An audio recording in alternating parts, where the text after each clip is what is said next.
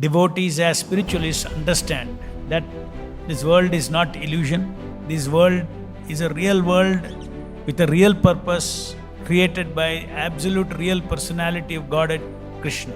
They see this world having a purpose and a plan in the mind of the Supreme Personality of Godhead, who is the creator of everything, maintainer of everything, annihilator of everything. The only perspective the karmis have is enjoy life in this life, enjoy your senses, enjoy the body. That is the only goal.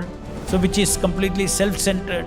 So they don't have a plan, they don't have even if somebody says, we want to bring peace on earth, they cannot, because they have to know what is dharma, what is the design of the Supreme Personality of Godhead, how the society should be organized, yajnas have to be performed.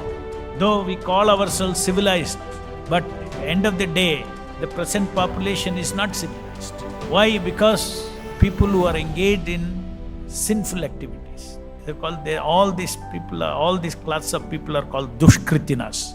Dushkritina means those who do sinful acts. So today the earth is burdened by so much of sinful activities. Sinful activities mean short-circuiting the design of the Lord, the plan of the Lord for the welfare of this world. Prabhupada said that there will be a third world war. Of course, once or twice he said that if Sankirtana spreads, then Sankirtana has the power to even prevent this. But otherwise, third world war is predicted. Simple logic, that where would all this accumulated sin go and burst? It has to burst as a reaction. It has to come as a reaction. Devotees and saintly persons are always anxious to see how the people can be made happy both materially and spiritually.